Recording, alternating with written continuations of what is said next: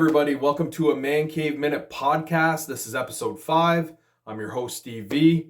Very happy to have you guys here today. If you haven't seen a Mancave Minute podcast before, it's pretty much open forum. I kind of talk about whatever the heck I want to talk about, so I'll definitely touch on what's going on in my life, what's going on here in the Mancave arcade, because there's been some changes. I've kind of kept you guys updated, but there's a current situation right now that's driving me insane. So we'll definitely touch on that. We'll touch on some Arcade1Up stuff because they've put out a product at Costco that I'm pretty interested in. I'm not actually going to buy it, and I don't even think it's going to be here in Canada, but I like what I'm seeing, and I'm kind of hoping there's potential for more cabinets like this.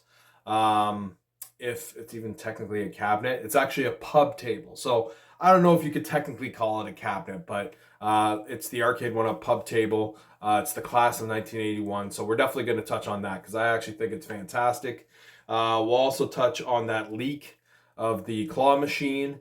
We're going to touch on the half Golden Tee 3D, half Midway cabinet, because I did a video on that and I was actually pretty high on that cabinet.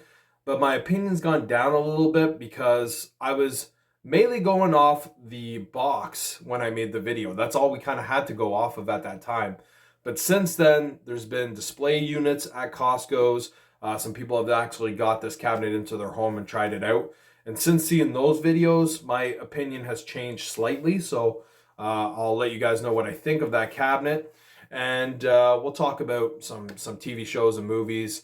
I watched the newest Batman animated series that came out called the Crusader.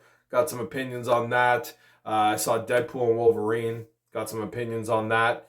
And just the whole Marvel situation. So a lot to talk about. So we'll just kind of go with the flow. We'll see how long this podcast goes. Kind of hoping maybe 25 minutes, no longer than that. But we'll see what happens. We'll see if we kind of get rolling here. If it goes a little over, that's fine too. So let's pretty much start with what's going on here in the Mancave arcade. Now, as you guys know, I sold quite a few of my cabinets. The only two that were left to be sold were the Street Fighter 2, which is the original Capcom Legacy, and the Atari. Now, since my update video, I don't know if I mentioned this in the update video, but I've chose to keep the Atari Tempest cabinet for two reasons. Number one, it actually gets played quite a bit. I think I kind of downplayed how much I actually enjoyed that cabinet and how much my son actually enjoyed that cabinet. But when I really started thinking about it and kind of pictured a man cave arcade without that cabinet, I couldn't really see that. I really enjoy playing, Centipede, Millipede, Tempest, Crystal Castles. Like, some of those games are my favorite games to play down here. And I really enjoy playing it with the trackball and the spinner, which some of those games I do have on my 60-in-1 cocktail, but I don't have the spinner or the trackball. So it just feels like a cabinet that actually has some need to be down here for just the experience that it provides with its control deck. So I've decided I'm keeping that, but the Street Fighter has been for sale for quite a while. And this thing has given me a complete headache because I actually thought it would be one of the easier cabinets to sell because it's Street Fighter 2. Everyone knows Street Fighter 2, but it's just, for whatever reason, I'm getting a lot of messages from people that somewhat seem interested and then don't follow through, or there was a situation where someone came to my house and then looked at the cabinet and realized it wasn't a real arcade. So he kind of freaked out. He's like, he actually said the F word when he came in because he had bought a U-Haul. Well, he had rented a U-Haul to come and get this cabinet thinking it was a real cabinet because he was kind of going from what a friend had told him about this cabinet. It wasn't even him that initially messaged me. It was his friend. So he didn't actually know it was an Arcade1Up. So when he got here, he was quite surprised. He ended up cooling down after and apologized, but yeah, it was quite the ordeal. And then I had somebody that was interested that was actually supposed to pick it up today. And then he messaged me last night to say that he had found a cheaper one without the stool and he preferred that one. So I'm stuck with the Street Fighter 2 cabinet that just no one seems to want. And it's really kind of driving me crazy. So I'm kind of hoping that within the next week or two it will sell. If it doesn't sell, I don't know what I'm gonna do. I don't know if I'll just bring it back down here and I guess just enjoy it. But the thing is, it isn't a cabinet that I really play very frequently at all. So there's really no need for it to be down here. So maybe I might just have to drop the price a little bit. I've already dropped it since my initial price a couple of times, to the point where now I'm like down $100 from what I was originally asking. So we're gonna see what happens. We're gonna see what happens, and hopefully it'll sell soon. As you guys have probably seen, we got some new cabinets at Costco in the States. I live here in Canada. They unfortunately are not here, but in the States, we got some cool different products to kind of at least keep Arcade1Up kind of, fresh in our minds, right? Because for a while, there wasn't really much going on, and they need to do something. So I'm glad that there's at least 2 products that you can buy right now from Arcade1Up. The first one was that XL cabinet. I actually did a video on that. I was quite high on it initially. Like I said, 20 solid games. I thought this was a cabinet that was really going to reach kind of the hardcore fans, but also the casual people, walking through Costco that might be looking for some type of cabinet to have in their bar or something like that. I still feel that way, other than the fact that now I've seen how some of these midway games play. The way they kind of laid out the control deck and how some of these games were kind of mapped to play, it's terrible. Arcade1Up kind of slipped on a banana peel with this one, with just the layout for some of these games. Like some of them, if you want to play it, like you literally have to have your hand like on the player 2 side, like way to the right, while you're also playing with buttons way to the left. And it's just like, it's just not a comfortable experience. So that was unfortunate to see that. I haven't personally tried it myself because, again, it's not here in Canada. I'm going off of videos I've seen and just people kind of talking about it. So that kind of brought it down a notch with me. Another thing I wasn't a fan of, though I did initially see it, but for some reason when I actually seen the actual display cabinet instead of just seeing it on the box, it kind of was a little bit of an eyesore. The games on the side, I'm just not a fan of that. Like I said, initially I saw that on the box and it didn't look that bad, but then actually seeing the display unit, seeing how great the marquee looks. I think the marquee looks great. I think the top portion of the sides look good. That golden T artwork with the M for midway. The control artwork isn't that bad because I know they're kind of playing off that Arcade Legends cabinet. Same with the little thing that they have underneath the control deck that kind of looks like the Arcade Legends marquee, but they're calling it Arcade Classics. All those things are okay. It's got the nice coin door that lights up. The buttons light up, which, you can take it or leave it. But just the name slapped on the side, to me, it's a little bit of an eyesore. So I was initially like giving this cabinet probably like a 4 to 4.5 out of 5. Now I'm probably down to a 3, maybe 3.5. I still think those are solid games, but you got to be able to play them properly. And they didn't really do that with this.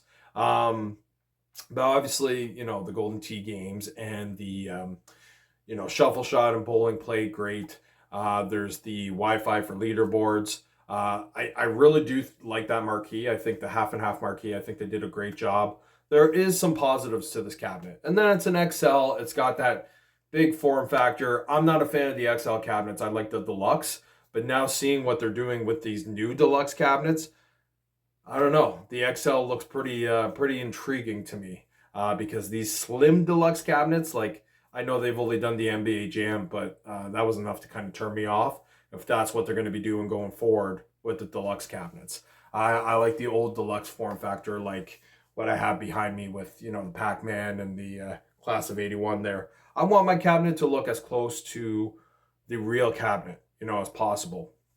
But even though that cabinet was 50-50 in the end, I feel like they really nailed it with that class of 81 pub table. That thing looks beautiful. I guess the one thing that I would maybe take away is, again, they put the names on the side. I don't know why they're kind of going backwards with that whole thing, but other than that, I think it looks phenomenal. The artwork at the top looks great.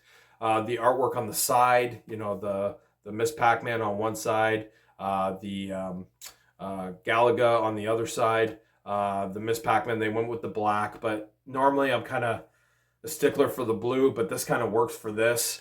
They have the light up cup holders. It looks beautiful. I actually really like it.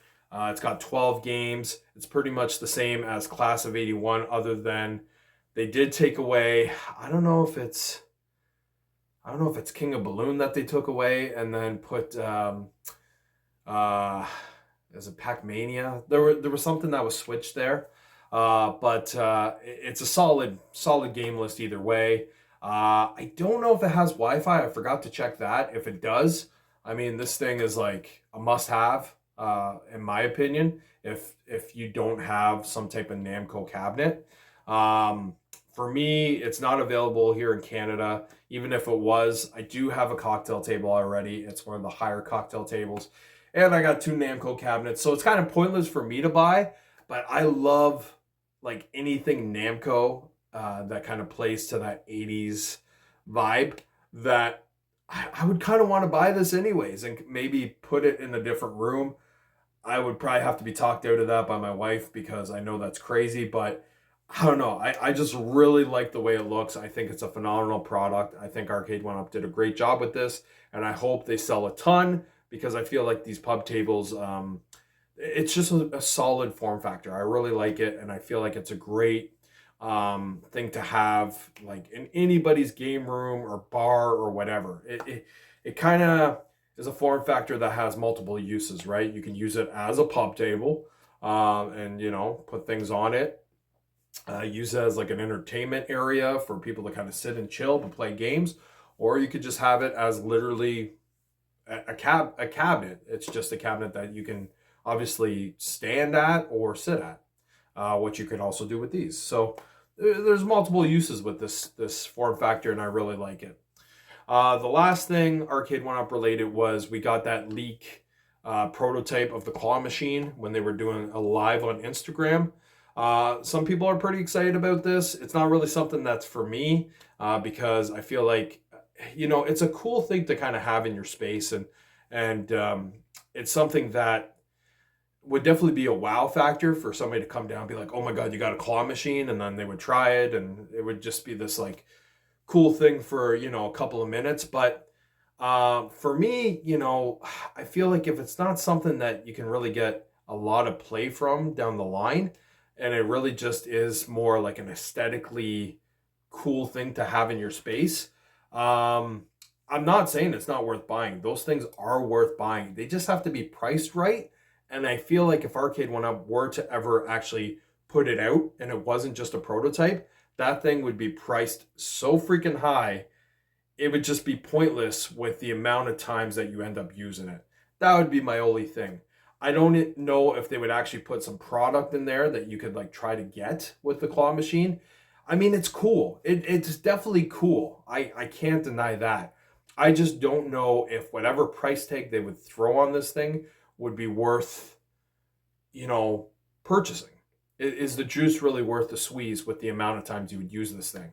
That's what it comes down to. But again, maybe it's not about use. Maybe some people would just want it in their space for like just that cool, thing that somebody would try maybe once, and it would be like a cool talking point when people come into your space.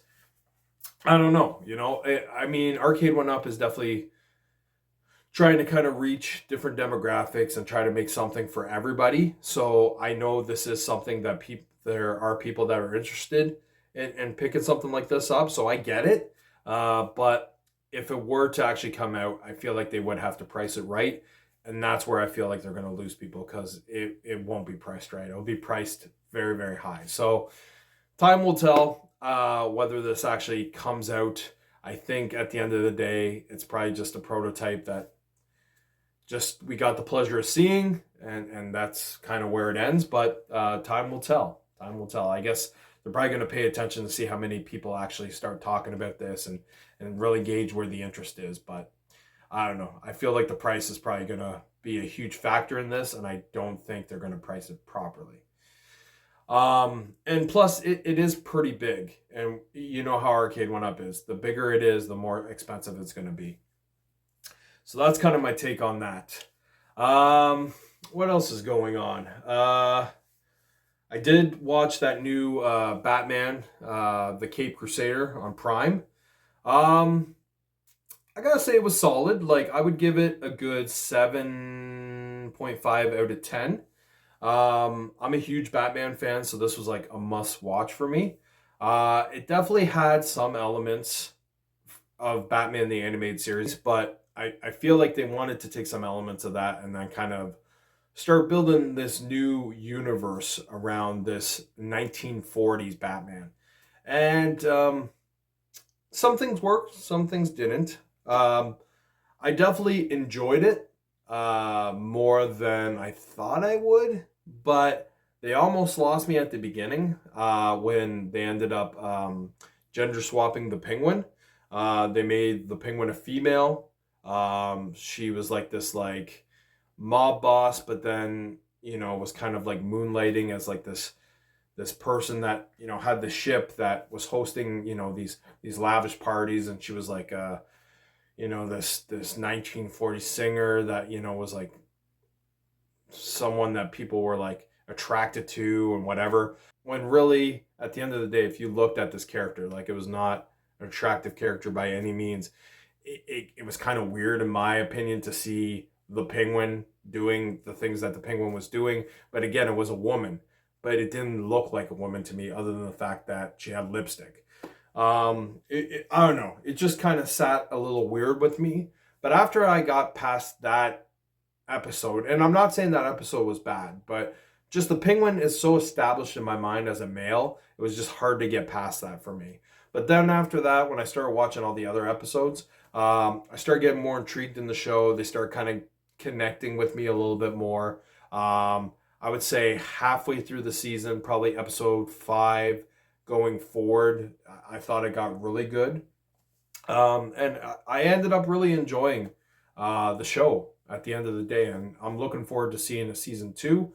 Again, 7.5 out of 10, like solid show. I know there was some like little things in there where you can kind of tell J.J. Abrams was like trying to kind of like go a little more, 2024 and a little more woke. But those things didn't really bother me, other than, again, the Penguin situation. And that's just because that character is so established in my mind. I just could not get past the fact that this wasn't a male Penguin, it was a female, but it still looked like a male. But they were like, I don't know. It was just, it didn't connect with me. But then I talked to a friend of mine that watched it and actually enjoyed it. And that actually kind of got him more intrigued in the show because of the fact that it was a different take. So, it was connecting with different people in different ways, and, different strokes for different folks. It's just maybe because I'm more of like an old school Batman fan that really likes to see things somewhat, pay homage to the comics. I'm okay with, some changes here and there, and some kind of, upgrades and kind of different takes to the character, if the character still kind of stays the same at its core. But to me, once you change the gender, I don't feel like that's the same character at its core. I feel like that's a whole different character. And in my opinion, I feel like they would benefit by actually making a new female character if they really wanted to have kind of a female, villain in the mix, like they did in Batman the Animated Series by creating Harley Quinn. Harley Quinn came from that series, and look how popular she is. So it would have been nice if they did that, but messing with the Penguin, again, my friend liked it. Some people probably did like it, but I know there are people out there that also didn't like it like me. It was what it was. But that's a small thing to focus on when, that was the first episode. The next 9 episodes in my mind got better. And I seem to enjoy more, mainly because a lot of the villains that were in there were pretty comic book accurate, and really paying homage to their roots at the beginning of the comics when they first appeared, if that made sense, but with a 2024 take. So yeah, all in all, great show. I really enjoyed it, and I'm looking forward to season 2 if it gets greenlit. Then I got a chance to see Deadpool and Wolverine. Really enjoyed that movie. If you haven't seen it, I apologize for some spoilers right now. But really enjoyed the fact that they kind of had some cameos from some of the Fox Marvel characters from back in the day. Having Blade and Elektra. Seeing X-23 in there was kind of interesting. I don't know why she would be in the Void, but she was there. But obviously she was connected to Wolverine, so it kind of made sense. Seeing Channing Tatum make an appearance as Gambit. That was always rumored that he was going to play that character at some point. Finally got to do it. It was great. Really enjoyed that. I liked the story. I thought it was a nice kind of tribute to that time in Marvel, the Fox era. Seeing Chris Evans make that appearance as the Human Torch was pretty funny. Obviously, great to see Wolverine in the classic costume. Really great movie, and was really happy to see it within the first couple days of it being out, so I didn't get anything spoiled for me. Looking forward to seeing what Marvel's going to do in the future. I'm a little more kind of intrigued now by Marvel, especially with Robert Downey Jr. back in the mix.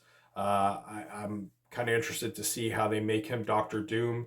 Is it going to be a version of Tony Stark that goes bad in a different multiverse? Or at the end of the day, is he actually going to be, a different character? They're going to put some makeup on him, make him look different. I don't really know, but I'm intrigued. So yeah, some exciting stuff going on right now in the Marvel space. They're definitely pulling us back in, I think, or at least pulling me back in. I'm definitely looking forward to watching those Avenger movies when they come out. I think the first one's supposed to be out in 2025, maybe 2026. That's the one where Robert Downey Jr. is going to make his appearance as Doctor Doom. And then we got that second Marvel Avengers movie coming out down the line. I think, 2027, 2028. I might be wrong on this timeline here, but obviously there's 2 that they announced. Whenever an Avenger movie comes out, Marvel and Disney, they make those events, these big theatrical, things to basically bring you to the theater and really get you excited, because they pretty much throw everything but the kitchen sink at these movies to really kind of get people into the theater. So I'm definitely looking forward to checking those out. And again, with Robert Downey Jr. back in the mix, I feel like things are going to start going upwards for Marvel. So I also wanted to talk to you guys about some pro wrestling. If anybody out there is a pro wrestling fan right now, everything is really getting interesting for all these companies out there. If you're a WWE fan, things are probably better than they've been in years as far as just interesting storylines actually lasting a while, so you're getting invested in stuff. It's not just something that goes on for a month and then it's like cut off. And sometimes, these stories used to be cut off and there would be no like true ending or reason why they even happened under Vince McMahon's, creative control. With Triple H, everything seems to have a purpose and a reason for happening. And as a wrestling fan, that gives me just more of a reason to watch their weekly shows and their pay-per-views. I actually got the privilege to go see Money in the Bank in Toronto in July. Really great pay-per-view. The SummerSlam that just passed was like the best SummerSlam I had seen in a long time. really invested in Cody Rhodes, title reign. It was great to see Gunther win the World Heavyweight Championship. Um, and I think he's really going to bring that title, to a new level. Damian Priest, he definitely did his thing, but I think he's really going to have a better storyline kind of going forward without the belt and kind of focusing on the implosion of the Judgment Day group, with Finn Balor, turning on him, and then Damian kind of still being aligned with Rhea Ripley. And obviously, Rhea Ripley got turned on by Dom Mysterio, who's now with Liv Morgan, and she's in this new Judgment Day. So a lot of interesting things going on there. Big fan of Braun Breaker. I really enjoyed what's going on with him and Sammy, and him being the Intercontinental champion now. LA Knight, big fan of him. He's the new U.S. champion. Awesome seeing Roman Reigns back. The true tribal chief, in my opinion. Definitely acknowledge him. Just really a fan of what's going on in WWE right now. With AEW, they've been hitting on all cylinders as well. They kind of put on a bit of a different product. There's definitely some storylines going on right now to kind of lead to All In, which is their big pay-per-view that's going to be happening in England. But for the most part, what they do is kind of more in the ring. They want to put on like these bangers in the ring, and that's how they try to sell what's going on in their company to you. I'm more of like I love a good match in the ring, but to really make me care, I have to really be invested in the character. That's why when it comes to AEW, the character I'm the most invested in is MJF. He kind of hits both elements. He puts on some great matches, but he's a character that really, gets you invested. And when he's talking, you listen. But I'm still a fan of like Will Ospreay. He's going to be going against MJF at All In. But he's definitely more, he's good on the mic, but at the end of the day, his strong point is what is done in that ring. Looking forward to Daniel Bryan going against, I said Daniel Bryan, didn't I? It's Bryan Danielson. He's in AEW now. He's going by his real name. Really looking forward to him against Strickland. That's another match that I'm really excited for. Toni Storm going against Mariah May. Really interested in that match. Two phenomenal female athletes putting on a great storyline. I love Toni Storm's little, 1950s, vibe she's got going on, mixed with, Mariah May, who's just this like, vicious, sexy kind of, femme fatale that is just, pretty much like, I'm done with Toni Storm. Now I'm kind of coming for that belt when, a month ago she was like pretty much like just clinging on to Toni Storm, right? Just complete 180. That shoe, the attack with the shoe was vicious. Really intrigued with what's going on in the wrestling world right now. On the MMA front, which is my favorite sport. I got a good pay-per-view coming up pretty soon. Israel Adesanya is going to be going against Dracus du Plessis. So they kind of got a little rivalry going on. So really looking forward to that pay-per-view. A lot of great stuff going on, and a lot of entertaining things to watch out there. If you like going to the movies or watching some good shows. Been watching Unsolved Mysteries with my wife on Netflix, so that's kind of the couple show that we're watching right now. We got a couple more episodes to finish there. Just a lot of great things to watch and be invested in. And then you got the home arcade space, and they got some pretty interesting stuff going on there. At Games has been causing a little bit of clatter too with their pinball tables. They got like a cheaper model. I've been hearing, some mixed stuff with what they're kind of doing, and the fact that some of their tables are still not running the greatest, but Hopefully At Games can kind of get back in the good graces of the community and some of their customers that have purchased their products by getting these tables working properly. And then that way with these lower price tables that they're trying to sell with some of the, the bells and whistles kind of gone, people would be a little more intrigued to buy those, knowing that at least the tables that they're getting will be running properly.